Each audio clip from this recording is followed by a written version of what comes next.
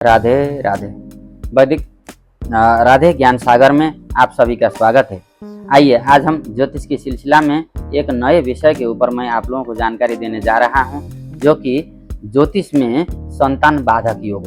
क्योंकि हर एक व्यक्ति के जीवन में विवाह के पश्चात हर किसी पति पत्नी के मन में ये चाहत होती है कि उनको एक अच्छी संतान मिले, चाहे पुत्र के रूप में हो या फिर पुत्री के रूप में हो। क्योंकि संतान वही होकर के हमारे जीवन में आते हैं जो हमारे पूर्व जन्मों के कर्मों के फल हमको देने के लिए, चाहे वो अच्छे हों या फिर बुरे हों। अब संतान दो तरह के होते हैं, एक तो धनात्मक होते हैं, दूसरे ऋणात्मक होते हैं।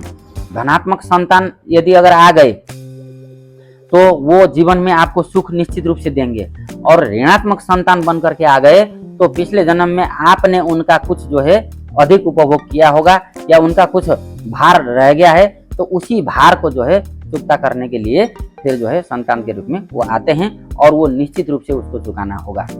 इसलिए संतान के द्वारा सुख भी मिले या दुख भी मिले, जो कुछ भी मिले उसको स्वीकार करके ही जीवन जीने में हम सब लोगों की भलाई है।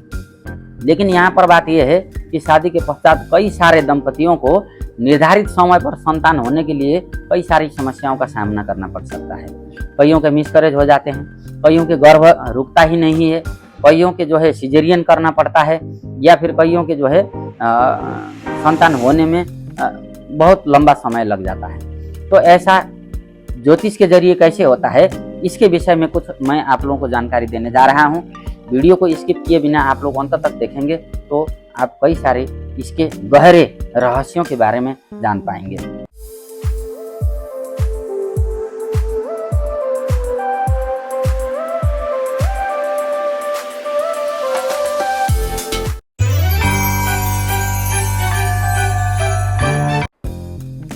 सर्वप्रथम संतान के लिए पति और पत्नी दोनों की जन्म पत्रियों को अच्छे से विचार करना चाहिए, अच्छे से देखना चाहिए।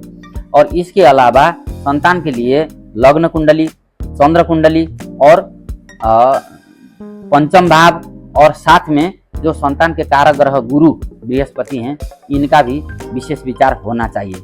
साथ में पंचम भाव के मालिक, चाहे वो स्त्री की कुंडली में हो या फिर पुरुष की कुंडली में हो, जो कोई भी होंगे उनका भी विशेष विचार होना चाहिए।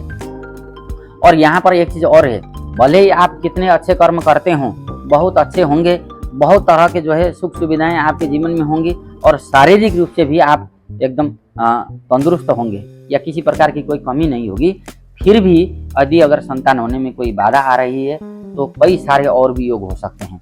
जैसे कि किसी के कुंडली में पितृदोष यदि अगर लगा हुआ है तो उनको भी संतान के लिए कई चुनौतियों का सामना करना पड़ सकता है।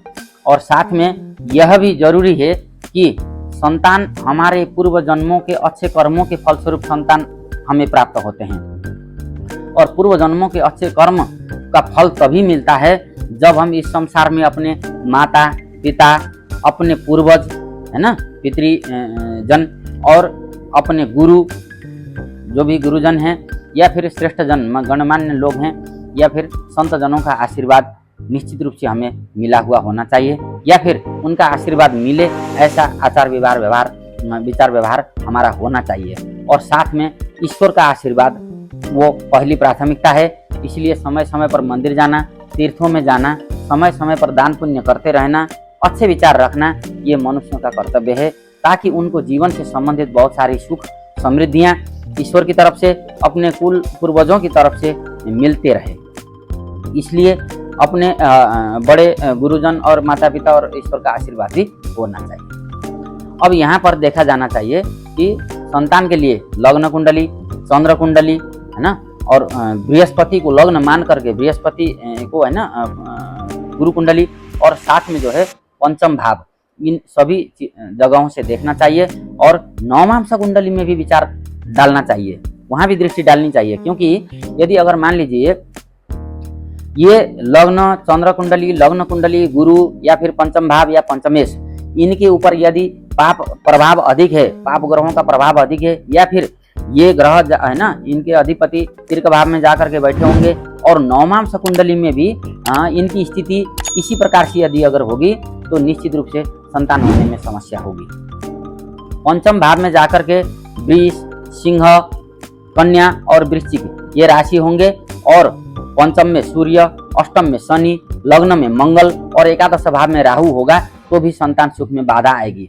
आप लोग अपनी अपनी कुंडलियों में देख सकते हैं, विशेष करके जिनके संतान नहीं हो रहे हैं। और साथ में ये भी होता है कि यदि अगर एकादश भाव में राहु, केतु, है ना, शनि जैसे पृथकतावादी ग्रह हैं, ज्यादा खराब ग्रह हैं और उनकी दृष्टि सीधे सीधे पंचम भाव में पड़ रही है तो भी ऐसे जातकों का गर्भ ठहरने में कुछ विलंब हो सकता है, या फिर उनका जो है मिसकैरेज की संभावना भी हो सकती है, या फिर सिजेरियन के द्वारा बच्चे पैदा करने की ये आजकल एक ट्रेंड जैसा भी बन गया है। डॉक्टरों ने भी अधिकतर जो है वो सिजेरियन को ही प्राथमिकता देते हैं क्योंकि उससे उनकी कमाई अच्छी होती है। इसलिए अब यहाँ पर दूसरी बात ये भी है, यदि अगर छठे, आठम और 12वें भाव के मालिक जाकर के पंचम भाव में बैठे होंगे या फिर पंचम भाव के मालिक जाकर के स्वयं छठे, आठम और 12वें भाव में बैठे होंगे तो भी ऐसे व्यक्ति को संतान होने में कुछ समस्या होगी, डिले हो सकता है।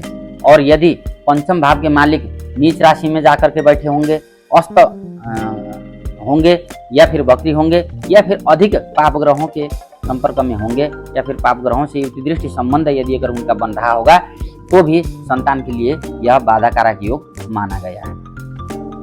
अब यहाँ पर यह भी देखा जाना चाहिए कि यदि गुरु ग्रह 2 या 2 से अधिक पाप ग्रहों के प्रभाव में हैं या फिर उनके युति दृष्टि संबंध में हैं और पंचम भाव में जाकर के कोई कुर्र ग्रह मंगल, सूर्य, शनि, है ना, राहु केतु जैसे यदि अगर ग्रह बैठे होंगे और खुद पंचमे से यदि अगर अस्त होंगे तो ऐसे जातकों को संतान के लिए बहुत बड़ी चुनौतियों का सामना करना पड़ सकता है। अब यहाँ पर आप लोगों को संतान के लिए कुछ उपाय भी मैं आप लोगों को बताने जा रहा हूँ। संतान के लिए सबसे पहले गुरु का उपाय करना चाहिए क्योंकि गुरु ही संतान के लिए कारक माने जाते हैं। इसके अलावा शुक्र, मंगल, है ना, और साथ में पंचमेश ग्रह जो भी होगा उनका भी उपाय समय समय पर करते रहना चाहिए। साथ में मंदिर में जाना चाहिए, भगवान के दर्शन नियमित करना चाहिए, उनसे आशीर्वाद भी लेते रहना चाहिए। और जैसा कि मैंने कहा, अपने माता पिता, गुरुजन और पूर्वजों का आशीर्वाद भी मिलता रहे, इस तरह का व्यवहार चरित्र हमें अपनाना होगा। और कुछ जो है व्रत होते हैं, जैसे कि संतान गोपाल करके एक छोटी सी पुस्तक मिलती है, उसमें संतान प्राप्ति के लिए पुत्र प्रद 5 अलग अलग व्रत दिए गए हैं। उसमें एक संतान गोपाल का व्रत है, भगवान श्री कृष्ण को समर्पित है। यह व्रत जो है करने से भी निश्चित रूप से संतान की प्राप्ति होती है यदि अगर कुंडली में संतान लिखा होगा। दूसरा जो है संतान के लिए गुरु ग्रहों के मंत्रों का जाप, है ना, और गुरु के बहुत सारे उपाय भी किए जा सकते हैं। साथ में यदि अगर पितृदोष किसी की कुंडली में बन रहा होगा तो पितृदोष के निवारण के लिए उपाय भी साथ साथ में करते रहना होगा। और खान पान से लेकर के अपनी पूरी जीवन शैली को उस सांचे में ढालना होगा जिसके जरिए आपको एक अच्छी संतान मिले और आप लोगों की मनोकामना पूरी हो। तो वीडियो आप लोगों को कैसा लगता है? यदि अगर अच्छा लगे तो अपने क्रिया प्रतिक्रियाओं का जो है सिलसिला भी जारी रखिएगा और आने वाले समय में इसी तरह के अच्छे ज्योतिष के कुछ नए रहस्यों के साथ मैं आप लोगों के समक्ष उपस्थित होता रहूँगा। तब तक के लिए आज्ञा दीजिए। राधे।